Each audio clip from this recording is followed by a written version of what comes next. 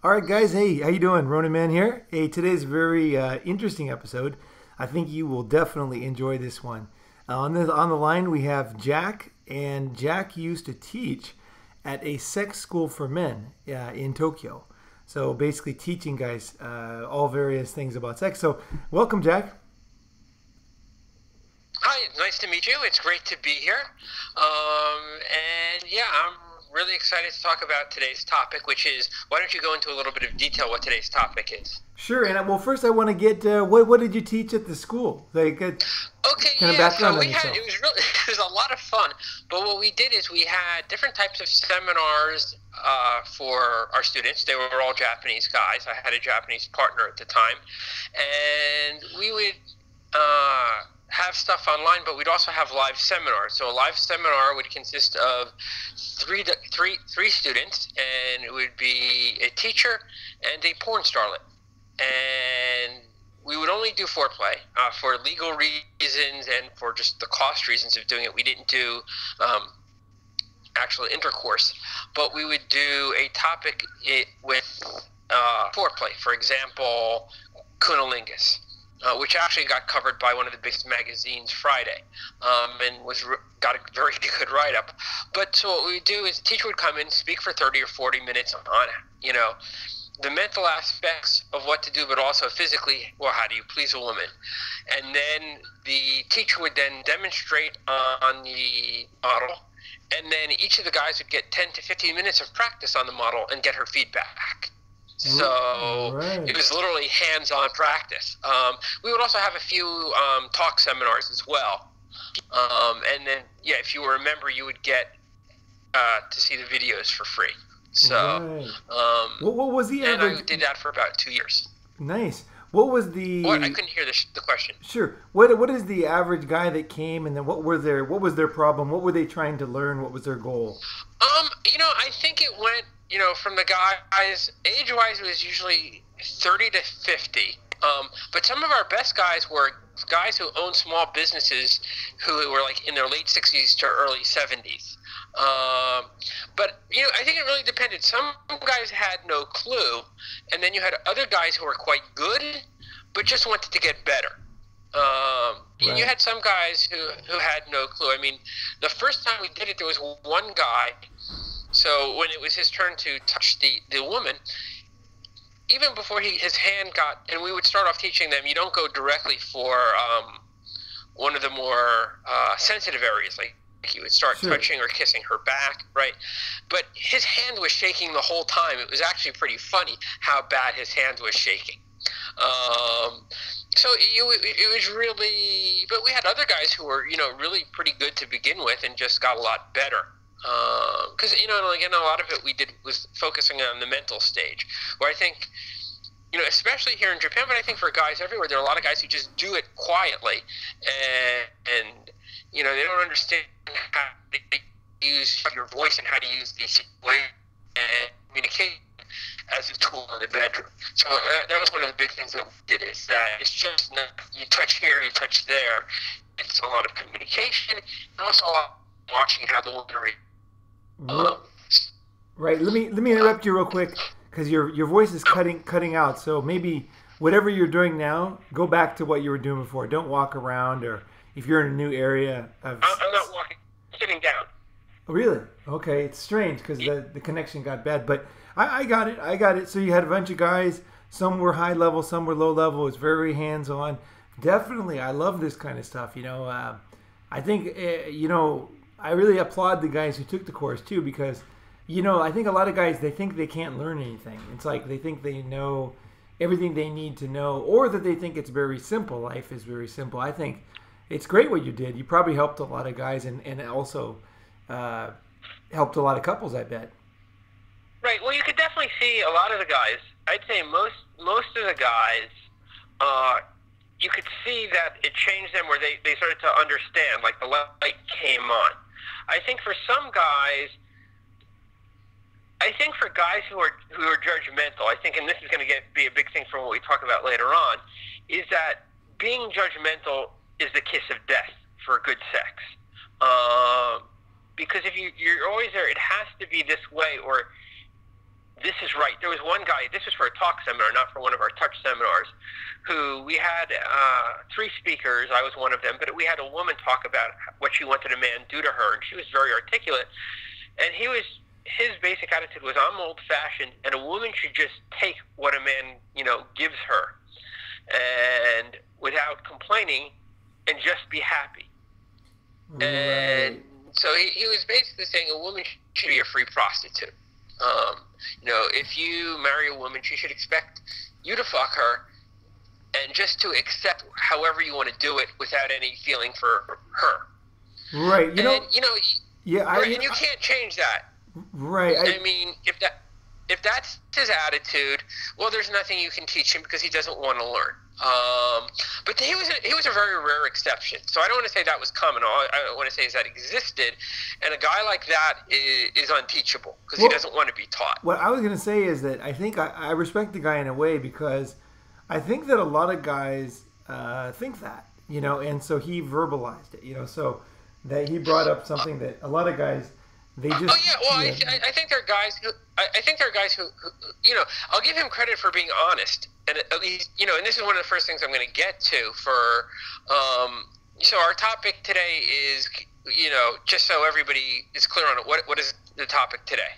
I guess it can vary depending on where we go with your experience. I think I want to get I don't want to miss anything that's juicy, that's good and valuable information. So I don't want to hem it in by the topics, but generally what I was thinking was a lot of guys enjoyed the other episode about the guy who was Chris, who's the bull for the cuckold relationship. Right. Yes, and I listened to that, and I understood it. Yeah, it was quite a good episode. Oh, cool. Yeah, and the thing is that I think a lot of guys MGTOW guys are just looking for ways that they can go about their life without doing the standard thing, without committing their whole fucking life to some girl just for giving them a pussy, and I think that's a lot of situation guys are in. So they're just kind of open-minded, like, what do you have to share? What is available? What's out there? What experiences do you have? How did you feel about it?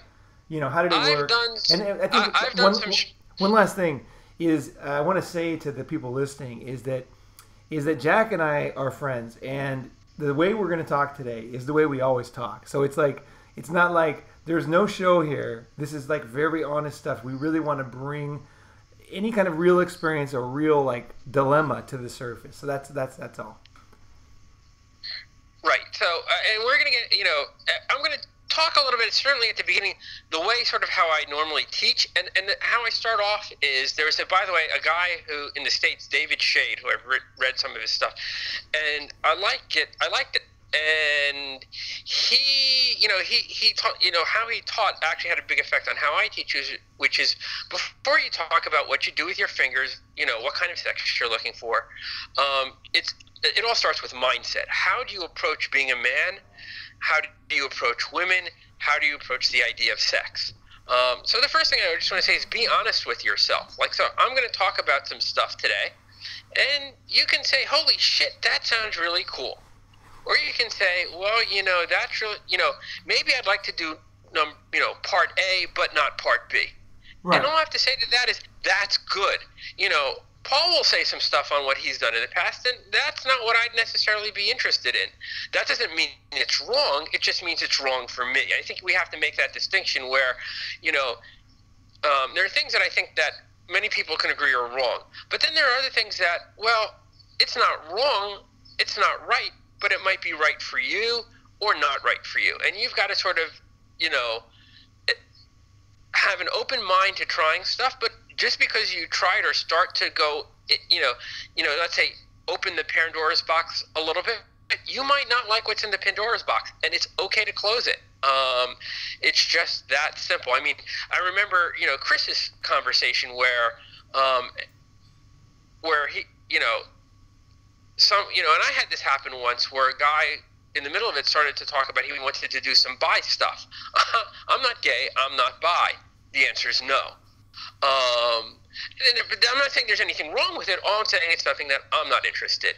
So, whenever we're talking... That's interesting because I really learned that lesson really, really hard in one of my sessions. Is we were doing kind of a bit of an orgy, and the girl that I was with, I really liked her, you know. And when she had sex with the guy, it didn't really bother me. We were just doing things, and I was busy, she was busy. But what happened was, she asked me, and this was when I was new in the kind of scene, right? And so the other guy asked me if they could go and take a shower together. And I guess logically, I was like, I guess I have to say yes. I mean, they just had sex, right? But what happened was, they went in the bathroom, and I went in there afterwards. And I kind of dreaded going in. And then they were at it.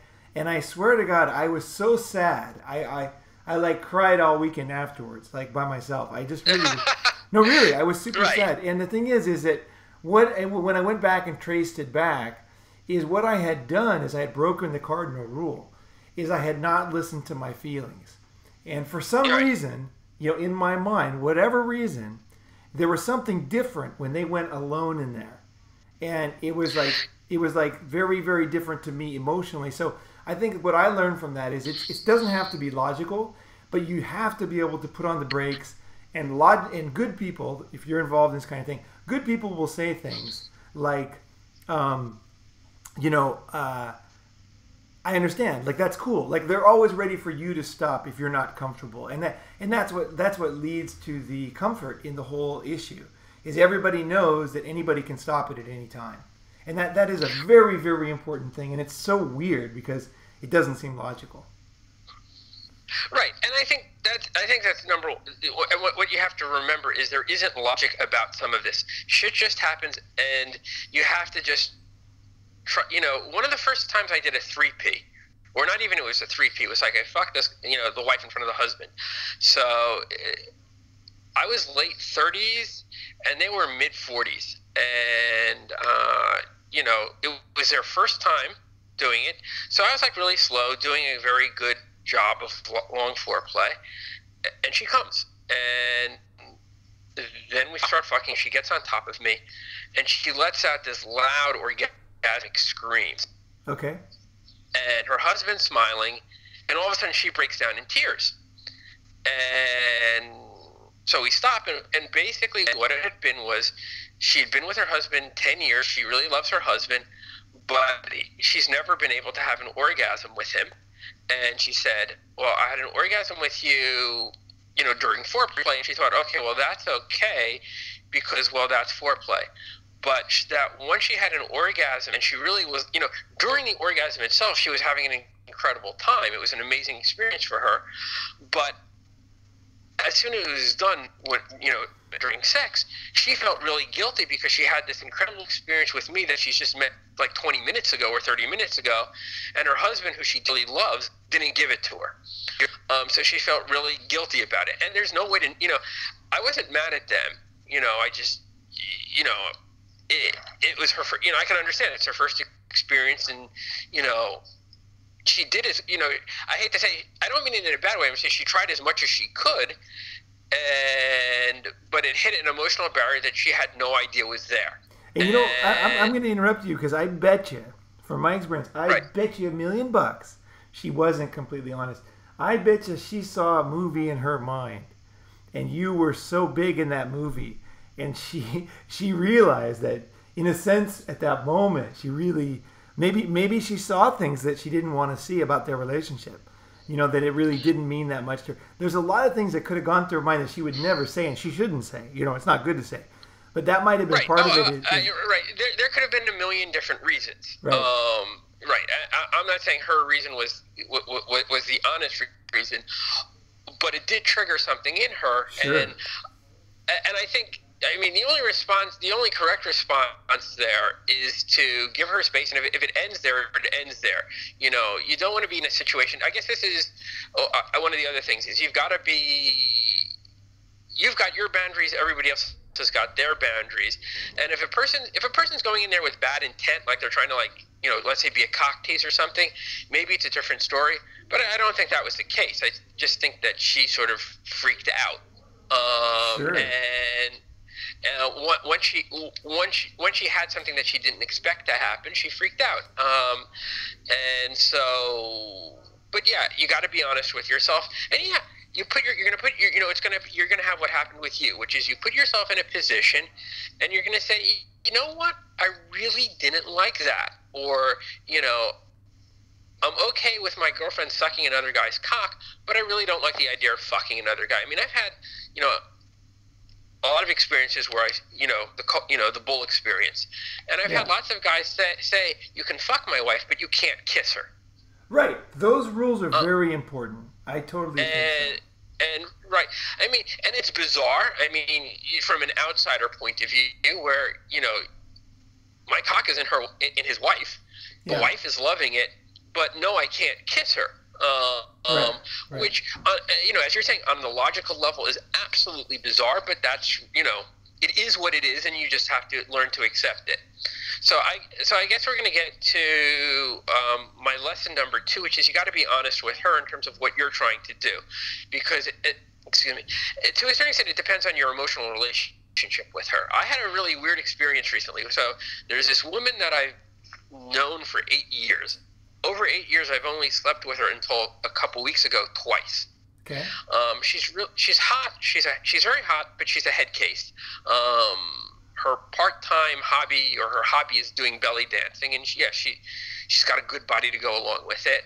I think what it is she knows that I do a good job, but I'm not her type of guy. So she's not overly into me on the mental thing, and we've just vaguely kept in contact. Yeah. And last month, she got in contact with me. She started dating a Japanese guy, new boyfriend, and all of a sudden he said to her something like, "Oh, a couple of my friends are coming over. A couple that's the friend is coming over." Right. And all of a sudden 3 other couples came over, and he effectively ordered her to participate in an orgy. And a couple of things happened. She did it, but she sort of did it under protest. Right. And guys, I don't think that's cool. You don't force a woman to do what she doesn't want to do, because you're going to fuck up your relationship. And what she ended up doing was she's saying, she goes, what I didn't like more than anything else wasn't the fact that I was fucking other guys, was the fact that I wasn't under my control. I didn't want to do it, but I was forced to do it, and I felt violated. And she goes, so I thought about it, and I said, what I really want is 2 guys just slaving over me. Right. 2 guys. And she goes, I know you're a good guy, so you bring one of your friends that you trust, and you guys fuck me. And not only did she have a great time, she really liked my friend. So it looks like they're going to hook up in the future. Oh, okay. And my friend was good about it, because whenever you're doing a 3P and you're the third, okay, I hate to sort of jump in terms of how I wanted to talk about stuff, is if you're the outside guy, or if it's 2 girls inviting you, find out what they want. You're there to be their tool. Yeah. I hate to say, think of yourself as a giant dildo, but to a certain extent, that's what you are. You're there to make their fantasy come true. Of course, you're going to have fun doing it, but you're there to work with them to make sure everybody has a good experience. And that's sort of the attitude that you need to take. But if you're going to force a woman into something that she doesn't like to do, she's not going to stay in the relationship, or she'll cheat. Either one. Right. It just is not a good result. I wanted to say one thing I thought of when you said that is that she invited you to bring your friend, right?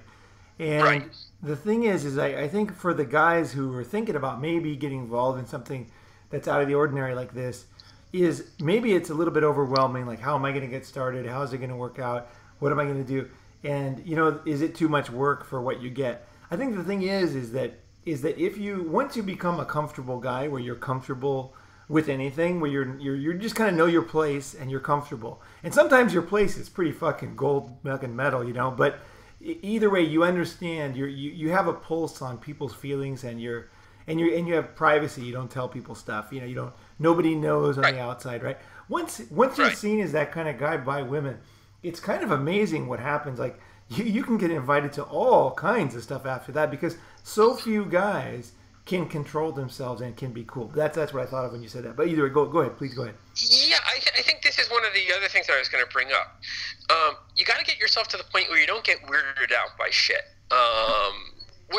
So the first time is, for example, if there's an orgy, first time you go, depending on the things, for example, go with a girlfriend to an orgy, but you make a deal with each other that you just fuck each other and watch other people, that there's no touching. I think this is one of the big things is, when you're getting into all sorts of strange stuff, whether it be, S&M with a girlfriend, with a partner, or any kind of multiple situations, you don't have to go full balls out first time because you're not sure what you're comfortable with, and so I take it even farther. I think every night I have to put my finger on the pulse and know where I am, and it's from that one experience. It's not like this happened again, right? But I just think that you have to protect yourself and understand that you're an illogical creature who will have to live with whatever happens. So what you can always do is you can always say, "Hey guys,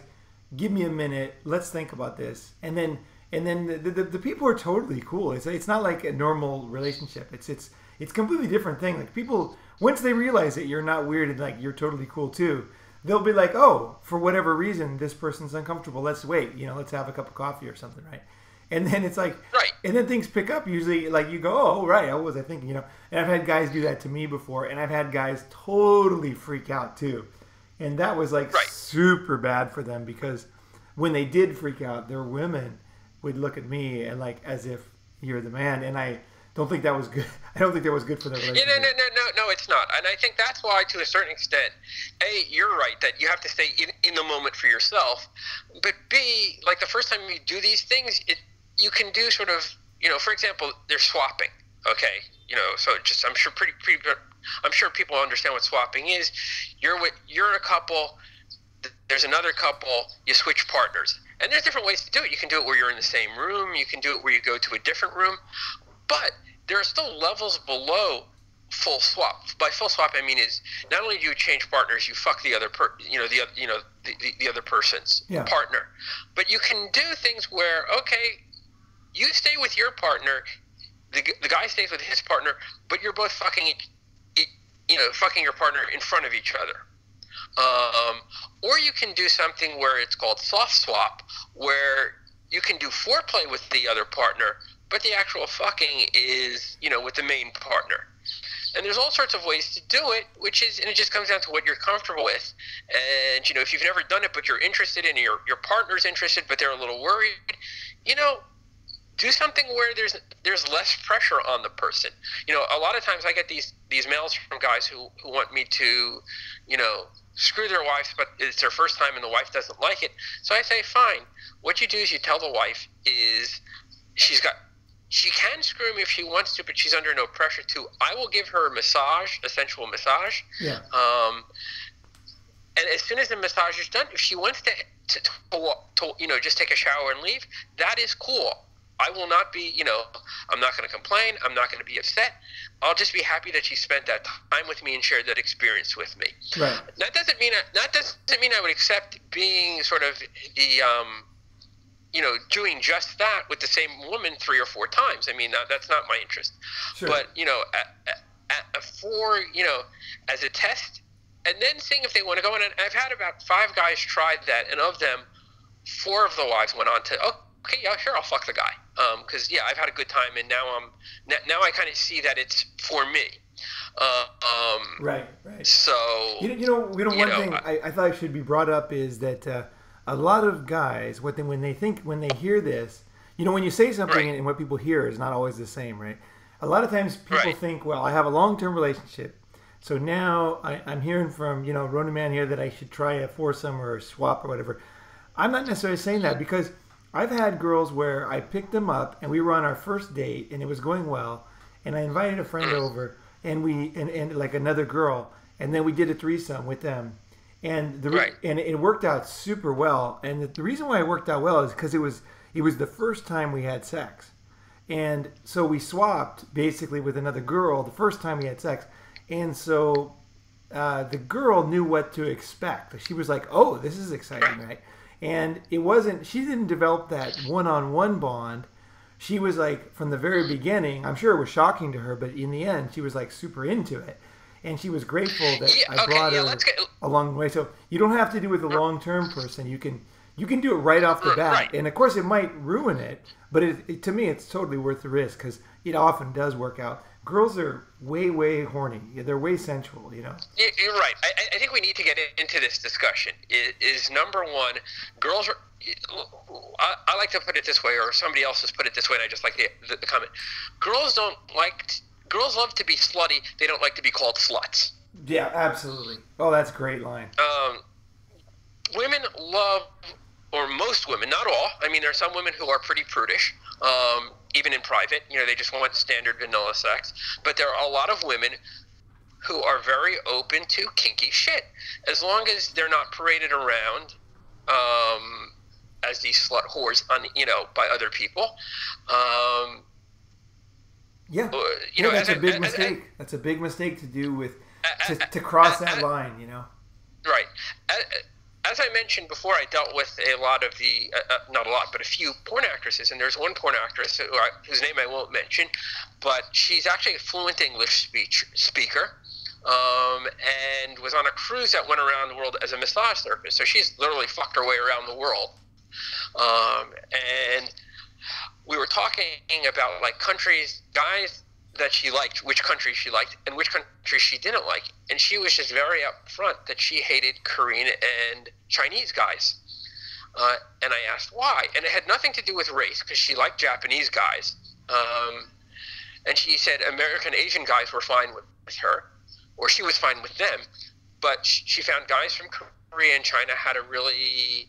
They wanted to get you into bed, but then if they got you into bed, they had a really like, you're a slut for going into bed with me kind of thing. So that's a bad attitude to have. That's a failure attitude to have. You want to share an experience with a woman. Now, it can be a part of a longer-term relationship, or it could be just let's have fun. Like the woman who I mentioned a couple weeks, who I had met recently for the threesome. This is not a long-term relationship. I mean, I've known her a long time, but there is no deep emotional involvement. And, she ends up hooking up with this guy on a frequent basis. I'm happy for them, On one level, yes, I would have liked if she was more into me, but she's not, and that's just that. Sometimes, Sure. There's a million fish in the sea, and not every fish is going to want you. But there's enough fish out there that some fish are going to really want you. Yeah. And so, that's that. But if you go out and judge people, I think there's this, one of the things that I would teach guys is, let's say you ask a woman, what's the wildest thing she's ever done?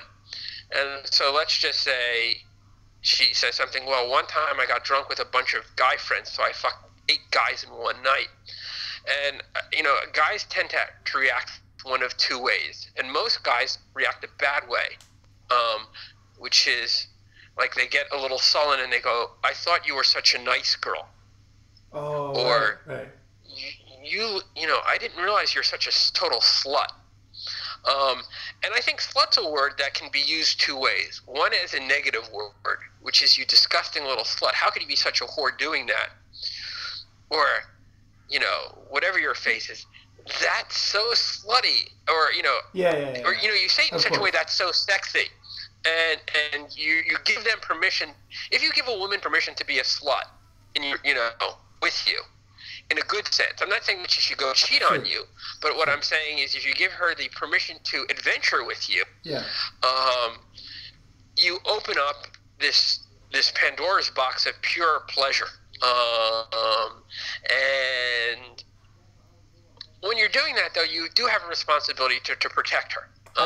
Sure. She knows that you're there in case things get out of hand to make sure things stay in hand. Let's say you want to go to you've got 2 male friends, and they're going to come over, and she goes, okay, once I'd like to try 3 guys at once. But she wants them to wear condoms. You better make sure your friends have condoms on. Sure. that is your response. It's easy to say it's the woman's responsibility, but once things go wild, and you maybe have a friend who's drunk or stupid, or you really don't know the guy very well, no, you're there to protect your partner. And it doesn't mean if it's a long-term partner or a short-term partner, you're just there to be protecting.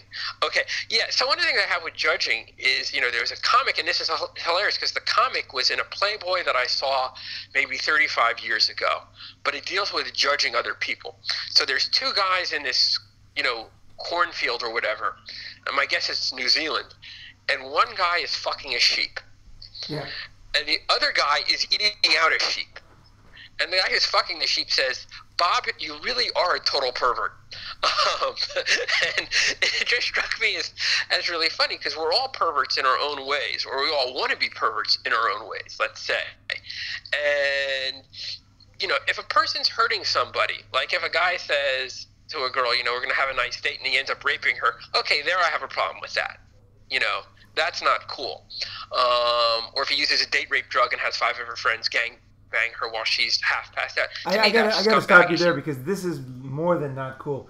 This is like totally fucking criminal, and idiots that that make this connection. And I think this is the danger is when you start opening your mind to stuff, all of a sudden you're wondering what's okay and what's not, right? I think guys have to know that there's a very, very clear line, and it's maybe not sexy, but it's there, and it's like it does get confusing, like you say. Like I understand what you're saying, like, but just the guys know that there are certain lines that will never be crossed. Right. If you're forcing a woman or putting her in a situation where she can't make a decision, you're doing something wrong. And as a real man, you don't do that. You don't get a woman drunk so you can fuck her. Right. You might give her. And sometimes it gets. Where I agree it gets hard is like I live in Japan, so in Japan there's a lot of things where a lot of women will fuck after one drink. It gives them a social excuse to say. Women don't want to say, well, I went on a date with a new guy and I went out and had sex with him. They want to say, I met this wonderful guy and, well, shit just happened and next thing I knew we were in bed and it was great. They don't want to take responsibility for it. So one way to get around it is, have a beer. And there's nothing wrong with that. But if it's to the point where they don't have their senses left, where they can barely walk, no, then it's rape. And, as real men, you don't do that. It's just that simple. Sure, and I want to say one thing, too, about judgment. It's very interesting for experience I had. You might find this interesting, too. I had a girl, and it was the first date. It was like a long, long time ago. And she was very beautiful, or to me she was. And we had a first date, and I took her to my house. And everything that I did, she was okay with. Like, we just went, it was like a turbocharged situation where things just went straight down, and we had like every kind of sex, like anal. We ended up having anal for like hours, and it was like super, super hot, right? It was really, really hot. And so in my mind, because it happened so fast and so easy, my judgment, it was that she had done that before. I just assumed, naturally, if anybody does anything, you assume they've done it before. You assume this is kind of a normal thing for them, right? But I met her 20 years later, and we had a great discussion, and she was like, man, I still think about you. She's like, I really still, kind of like you're like my lover in my mind since all that time ago. And I said, wow, that's really interesting. I said, what, tell me about that first date. I started getting interested. And then she told me her life story with sex, and it was really interesting. She was actually super inexperienced, but she fucking liked me. You know what I mean? And so my judgment of her in my mind, even though nothing came out bad, and she never even knew what I thought, but I kind of thought that it was, this is something that she would do, like have anal on the first date, right? But she only did it because she liked me, and I never. When I found that out, I was very, very touched, and I was like, my mind was fried. I thought, man, you got to be very careful because what girls do with you, it doesn't mean that they do with anybody else. And a lot of people get cynical and they say, oh, they're all like this, they do this. And you have to say, wait a second, maybe this is a different situation. Yet, if you're a cool guy, it's going to happen. People are going to fall in love. Yeah, I think that's what it is. I mean, women will do wild stuff if they really like a guy and trust a guy. Right. One of the things that I teach is that okay, like and love are nice, but respect and trust come before that for doing wild sex.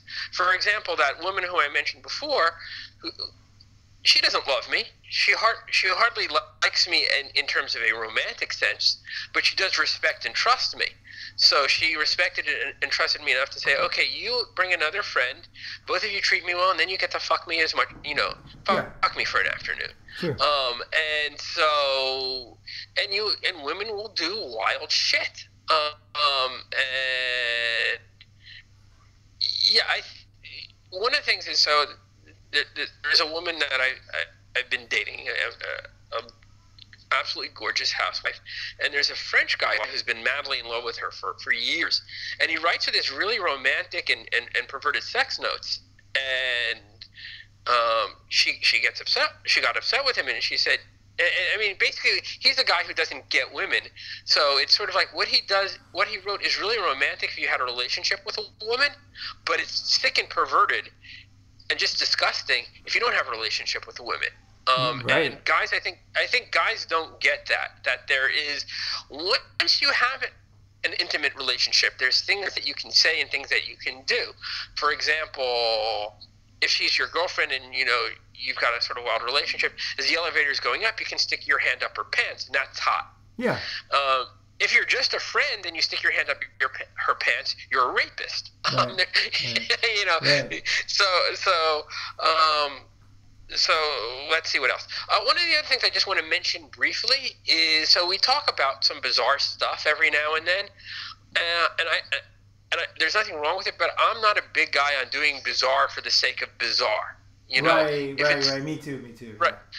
I've met guys who were really like situation collectors. So I've done this, I've done that, I've done this, and it's sort of like, but did you enjoy it? Well, it's like, well, I'm not really gay, but I did it just for the experience. Sort of like, I'm not going to criticize them, but that's really not how I roll. Not the gay part per se, but just like, I'm not there to do it to say it's off my bucket list or anything. I think that's that's one thing to be mentioned. Totally ridiculous. The other thing that I will mention, and this is just very briefly, this is for guys who are in a long-term relationship with a woman. This isn't for like a first date and you end up doing a 3P. But if you're in a long-term relationship with her and you want to do some weird stuff, do some weird stuff. But also you have to do just plain vanilla stuff, because if you just do weird stuff, she's going to start to feel emotionally distant. So you do some perverse stuff, but then you spend a couple of sessions just doing warm romantic stuff. So makes sense. She doesn't feel that like she's just a sort of like hole that's used for perverted stuff. Right. Sure. So I think that's one other thing. Well, another thing I just want to mention just for a second is we're talking mostly normal girls. I don't really deal with hookers. Not that I think they're, if they're overage and what you're doing is legal, I'm not like, I don't think there's anything wrong with it. It's just not my focus. And I think for hookers, I mean, if you want to do a male double female thing, like once in your life is a bucket list, and you're in a position where the only way you could do it is with two like hookers in Thailand, I don't think there's anything wrong with it. That's not really my area of expertise, but I'm not going to sit here and make a judgment. But again, I'm trying to keep my stuff to women that you're meeting in a non-paid situation. Right. No, everybody I think listening understands that. Oh, that's basically my perspective, and just so you know, my basic perspective is I would never want anybody to be with me who doesn't want to be with me. So if anybody required compensation to be with me, that by definition means they don't want to be with me. And I can read that all over their face. So that would be just not interesting. And it's not about, the law. It's not about the money. It's just like right.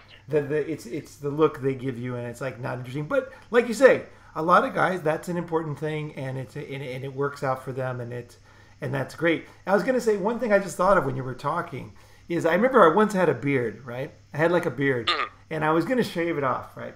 And I was tired of it. And so my friend said, why shave it off? He goes, why don't you do some funny things on the way down? I go, what do you mean?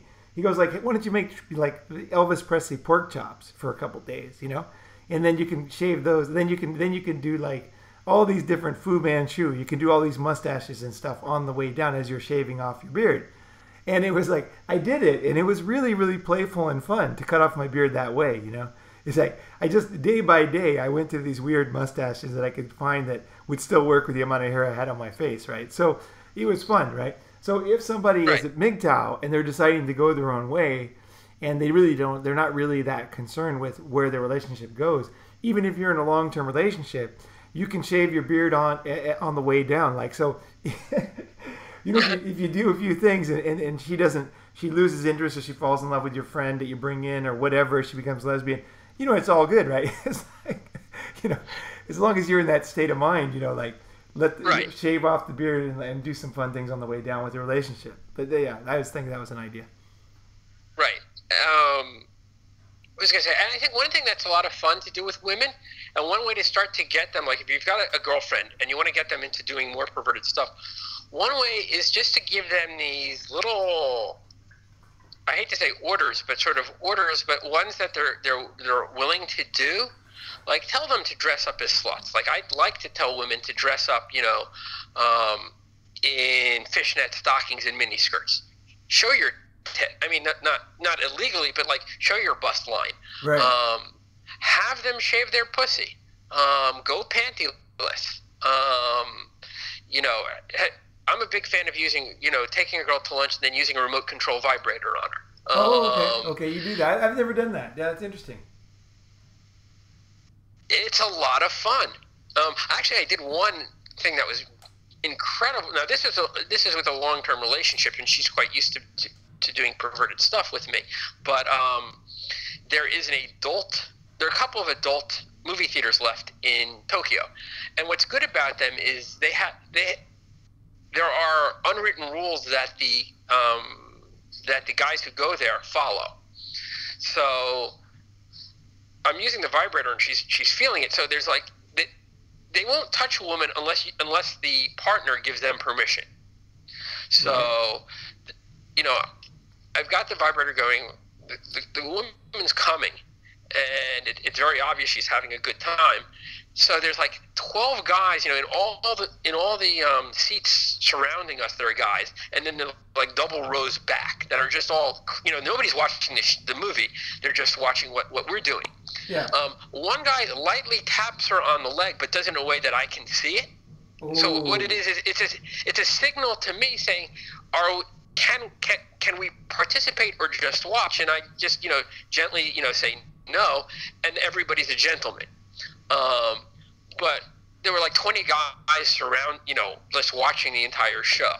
And she just said it was just mind-blowing to see, you know, she said she was embarrassed because she couldn't watch, but that it turned her on knowing that so many guys were watching her. Sure. And good for you. That's a really interesting, great story.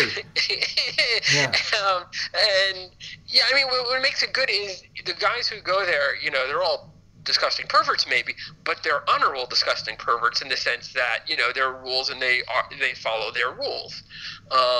So what was really weird about the place is they get these guys, these I guess transvestites to go there, and they'll go around, and I guess if guys want a blowjob for $10, you can get a blowjob from a transvestite as you're watching the show. And no, I did not participate. These were some of the nastiest looking transvestites I've ever seen, but it was pretty funny. But yeah, I mean, there's all sorts of things to do where you put a woman in a mind where she is a sexual being almost all the time, and you do that by giving her orders, but not in an asshole way, and you're not like being violent or anything like that. You're just asking her to be sexier. No, it's like that book. What is that? About the women were buying last year, a couple of years ago. What was that? Not Men Are From Mars, Men and Venus. The one about sex. Right. Yeah. I'm not sure. I don't know which one it was. It was a super popular book, and it was like a lot of it was this kind of semi-soft S&M like you're talking about, and like the girls loved it and they read the book. Right. There's a simple way to say. There's two simple comments that I will say. If you can fuck a woman's mind, you can fuck her body. Right. Right. And so work on fucking her mind. That's number one. Number two, and it sounds better, slightly better in Japanese, but it works in English. If you can open her heart, you can open her legs. Right. And so you just there's another saying I heard, which is men are seduced by the eyes and women are seduced by the ears. Yes. There's a what was it? So like for all in all my when I have writings, when I write down my stuff, I always give people famous quotes. And there's a woman named Isabel Allende who wrote this great thing. What was it? The best aphrodisiac in the world are words. The G spot is in the ears. Therefore, men who are searching down below are wasting their time. Oh, nice. Hey, you know, I was going to say a warning to these guys, and this is an experience I had. You made me think of it with this adult theater. When I first started this, you know, getting really, really randy, it was way back in '91. And I had this housewife who was, she was super attractive, you know, which makes a difference. I think super attractive girls, they just tend to be more horny. I don't know if it's confidence or what, but either way, she was just like something switched in her. Like she just went from this like perfect housewife, not mine obviously, but she went from this perfect housewife to this girl who just like could not get enough. I mean, literally, I don't even want to tell the stories because they're so X-rated, but like she literally couldn't get enough. And I took her one day to an adult theater in kind of near South Exit at Shinjuku Station. And so we went in there, and it was down in the basement, and we started watching the show. And I had never been to an adult theater. I don't go to these things, you know, and like this is before the internet. And so what happened was she was attractive, right? So we got in there. It's in the afternoon, not many people. But everybody, like you say, they all gathered around us. And they were all like super close. But I didn't know there was a rule they can't touch. It was very uncomfortable for me, right?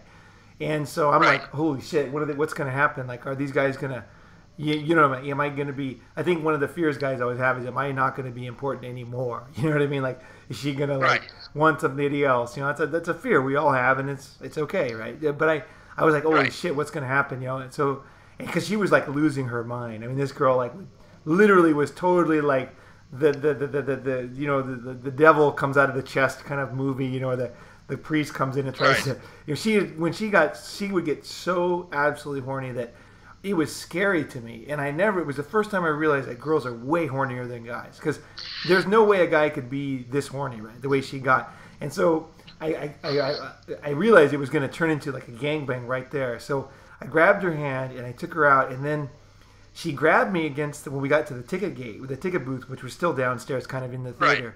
She threw me against the wall. And the guy was right there taking tickets, and people were still walking in, and like she like pulled down her panties, and like I was like, she wanted me just to drill her in front of everybody, like almost like outdoors, because you could see inside the theater from here. Right. You know, you don't want to. You really don't want to be caught. You don't want people out on the street to see you fuck. Well, I've done this kind of, I've done this kind of stuff before. I've done it in public. I had a thing about this for a while, and it would turn me on, but. Either way, so what happened was, it depends on which country and what time. This was a different era. Japanese were very different than Americans and this and that. And so I looked at her, and it was like almost scared me, because she was like completely, you know, like foaming at the mouth. And I think guys got to get used to the fact that you don't know what you're unlocking with specific girls. It can be very surprising, and you don't quite be okay with not knowing what to do sometimes. That you're just like, whoa, like what the fuck? Like, what do I do now? Like, you might not always know what to do. And I just grabbed her hand and got out of there, because it was just like, whoa. And of course it was a great day afterwards. One of the things is guys have to realize is that a woman's sex drive is different from a man's, but once it's turned on, she's a dangerous wild animal. Yeah, it's true. Yeah. And they will do shit that's just fucking wild. Yep. She didn't care if we got arrested. She didn't care if she got divorced. Her husband found out. I mean, she didn't care if she lose. That day, she was just like, there was nothing. She had no breaks. Right. Which can be dangerous, because a man can sometimes take too much advantage of that. But, yeah, I mean, I think for some guys, they're really surprised to hear that. Like, that can't be, but that's what it is if you know what you're doing. That is the reality of it. Hey, you know what, Jack? We're gonna have to cut it off, because we've gone way, way longer than I thought. But I feel like we're just getting going. So, right, we can do a part 2 in a few weeks if you want. Sure, that would be great. That'd be great. If you want to do some more like specific, for example, the cuckolding thing, because there's the bull thing. There's actually 2 separate versions of doing the bull, which I'm just going to go into very brief detail now, which is sort of what the guy, what was his name? I don't want to get the name wrong. Chris, what Chris mentioned seemed to be much more the one-time you fuck a guy in front of his wife. Now I find most of that is the probably 7 out of 10 of the times that I do one of these things, it's a one-time event. Right. But there are guys where it's a 3P or the husband watches, but it's an ongoing relationship. I had that. There are other times where it's an ongoing relationship with the wife or the girlfriend. It's set up through the husband, but he doesn't go there. Right. You send pictures or you call on a phone. Right. So there's a word in Japanese for it. I don't know exactly what you'd call it in the U.S., but in the U.S., the translation from the Japanese term would be the approved boyfriend or the husband-approved boyfriend. What's the Japanese term? Because I don't know really, that. Konin karashi. Oh, okay. Konin karashi. Okay. Konin is like public acknowledgement. Okay. Karashi is boyfriend. Sure. So I will leave it on just this one thing, but experience. So this housewife who I dated for 4 years, she went on the pill, and of course her husband knew about it. In fact, for the first 2 years of the relationship, I did not have her phone. I did not have her contact information. All the information went through the husband. But she went on the pill fairly early on in the relationship. And so one day he was coming to pick her up from the hotel, and of course I cream pied her.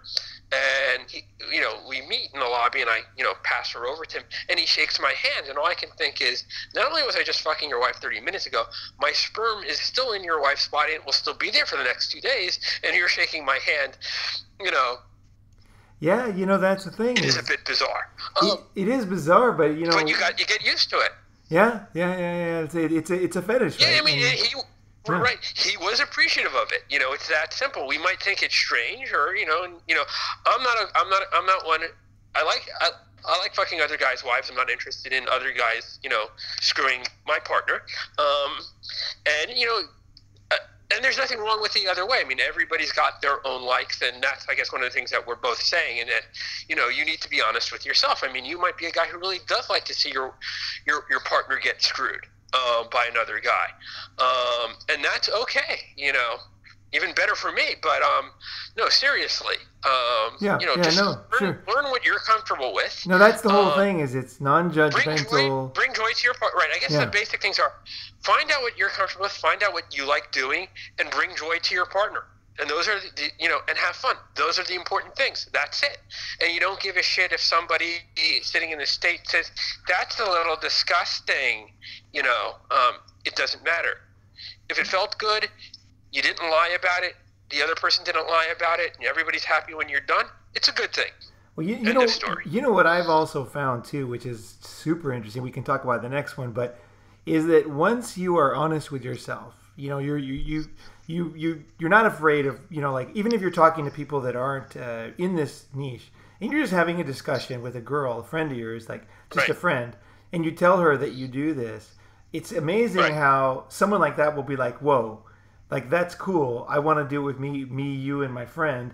And there is no, like, romantic relationship involved, but it's like you're just this safe guy who is willing who has the confidence and also has the judgment, to do these things and to engage in these things. And once you're seen as a safe person, it's amazing how even non-romantic partners will be like, I've always wanted to do this, and this is like a comfortable situation for me to do it. So if you don't mind, let's do this. And you're like, is this like a dream, or like, am I dreaming, or, Right, and I really do think that's what it comes down to. There's the confidence, and there's confidence, acceptance, and yes, of course, as a guy, if, just let's say that some guy comes up and says, "Please fuck my wife," of course, enjoy it.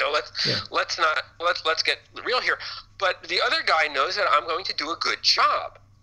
That I'm going to, take care of his woman. You're not going to get her phone number. You're not going to do anything weird. Right. You're going to stop if he says stop.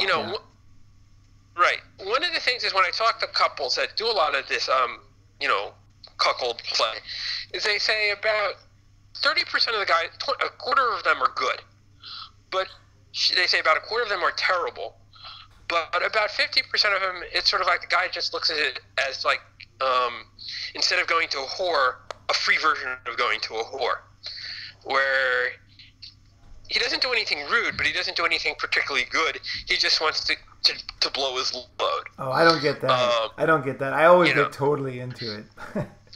Right. I give my all to my jobs. So I think, you've got to get this sort of, you're in service to them. Right. You are. That's right. Way. To their relationship. Yeah. So, all right. And anyway, I look forward to next week, or whenever is our next discussion. Fantastic. All right. Yeah, I think next time maybe we'll talk a little bit more about forums if you want. Sure. Whatever, because, for example. Go ahead. But yeah, this was, I had no idea where this was going to go today. So, right. And this really wasn't, and like, as was said before, this is just one of our normal conversations, just recorded. This isn't anything that we wouldn't normally talk about anyway. Right. That's why I have to go to Japan to see you. But I was going to say, guys, I hope you enjoyed this and that there's so many options out there besides becoming a slave to an average or below average girl. There's so many freaking options, and they're actually so cool, and they're fun to discover. And when you discover them, you're like one in a million, Yeah, I think that's what it is. I think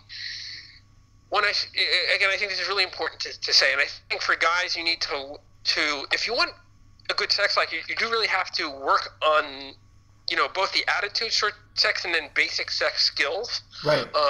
True. Because so many guys are lame in bed. Yeah. And this is everywhere. I'm not saying any one country in particular. I think guys everywhere. A lot of guys are lazy, and a lot of guys are lame. But learn the basics, and learn that for women more than men, it's the mental part of stimulation that's really important. But once you're one of these guys, everybody complains as a guy how women, it's hard because you want them to put out for sex and whatnot, and you're trying to be a nice guy. Okay, that's one way to get sex, but what you're getting is a contract. Right, you're getting mediocre sex that's got all kinds of caps on what can be done. Right. The word's coming to me in Japanese, but you're getting contract sex. Right. I owe this guy a blowjob because he bought me this. I'm his wife, so boring. And so I have to give my monthly fuck to him. Girls hate this. Girls hate this. That's not what you want. Right. You want a woman, who is like going to call you up in the middle of the night and say, "I need to get fucked. Do it to me now." Because that is, and you can call them sluts all you want. They are, but in the good way. They want to be treated and given pleasure. And you know what? You as a guy who's been lame has not been giving them pleasure. It's just that simple. And you know what they'll probably say on the phone when she calls? They'll probably say, I'd love to, but I got to go to sleep. Because they can do it tomorrow, right? With somebody else or with them later, So it's like, it's not this once-in-a-lifetime opportunity. Right. Women go insane for guys who can please them. I speak to a lot of women. And, a lot of women, it depends. Some women are, let's say, wider in what they think is good sex. But, I hear usually about 10% of guys know what they're doing in bed. And that's about improving yourself. So let me cut you off there because I got to run. But thank you so much, Jack. That was really great, dude. I really enjoyed that, actually. I do, too. But, just improve yourself. Improve yourself and understand women. I think that's what it is. And don't get upset with women because you should be upset with yourself for not understanding women. And I'll leave it at that. I'll shut up for now. Sure. Leave it on your own doorstep and improve yourself. Whatever she does or doesn't do doesn't matter, because you have to live with yourself your whole freaking life. So right. All right. Thank you very much. It goes back to the very beginning. Be honest with yourself. So sure. Okay. Thanks, you so guys. much. And thanks guys for listening, and subscribe to the channel and share this around if you like this content. We're pulling out all the stops here. Jack is a very unique person we got on the line here. He's speaking from experience, and this is freaking gold. So ask questions in our next episode. We'll go ahead, maybe not the next one right away, but we're going to go back to this and we'll ask questions. So feel free to... Right, that would be great. Questions. I'd love to answer questions. Okay, so. We'll see if we can get that done. All right, Jack, thank you. And thank you very much for listening. Thank you. All right. Bye-bye.